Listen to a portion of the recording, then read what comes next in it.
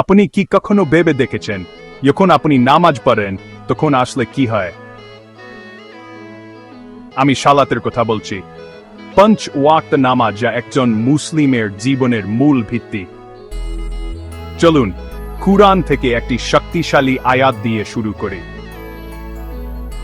সূরা আনকাবুতের 6 নম্বর আয়াতে আল্লাহ বলেছেন, নিশ্চয়ই সালাত তোমাকে অশ্লীল ও মন্দ কাজ থেকে দূরে রাখে।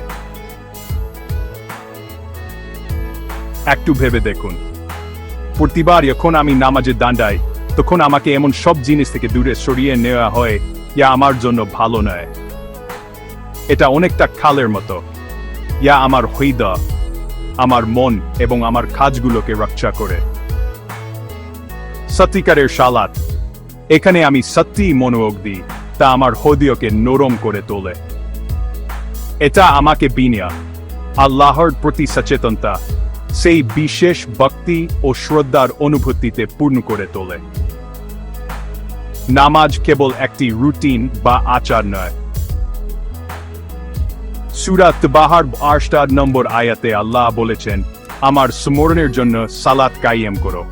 যখন আমি নামাজ পড়ি তখন আমি শুধু কিছু নড়াচড়া করি না, আমি সরাসরি আল্লাহর সামনে দাঁড়াই। আমি আমার সৃষ্টিকর্তার সাথে সরাসরি কথা বলতে পারি এবং আমি জানি তিনি দেখছেন, তিনি শুনছেন। এটা সবকিছু বদলে দেয়। আমার জীবনে আয় কাটুক না কেন, আমি সেই মুহূর্তগুলো পাই আবার সংযুক্ত হয়ে আর নিজেকে নতুন করে সাজানোর এবং আমি কেন এখানে আছি তা মনে করার জন্য। আর যারা তাদের নামাজে নিষ্ঠাবান, তাদের জন্য একটি অসাধারণ ওয়াদা আছে। সূরা আল মুমিনুনের ও 16 নম্বর আয়াতে বলা হয়েছে, সফল কাম হয়েছে মুমিনগণ, যারা তাদের সালাতে বিনয়ী।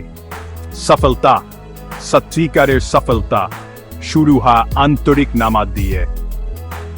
যখন আমি বিনয়ের সাথে দাঁড়াই, যখন আমি ভালোবাসার সাথে নামাজ পড়ি, আল্লাহ আমার হৃদয়কে শান্তি দেন। তিনি আমার জীবনকে সুন্দর করেন এবং তিনি চিরস্থায়ী সাফল্যের ওয়াদা করেন, এই দুনিয়াতে এবং আখিরাতে।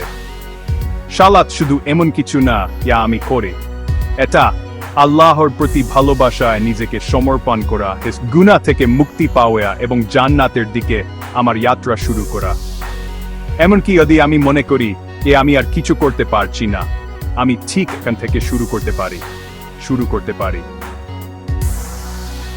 আমি আজ নামাজে দাঁড়াতে পারি, আমি আমার হৃদয় খুলে বলতে পারি, হে আল্লাহ, আমি হয়তো সবকিছু জানি না, কিন্তু আমি এখানে দাঁড়িয়েছি আপনার জন্য। এটাই সালাতের শক্তি। এটা আমাকে বদলে দেয়, এটা আমাকে রক্ষা করে এবং এটা আমাকে তার কাছাকাছি নিয়ে আসে। ইনি আমাকে সবচেয়ে বেশি ভালোবাসেন। তাহলে যখন আমি নামাজ পড়ি তখন কি হয়? সবকিছু বদলে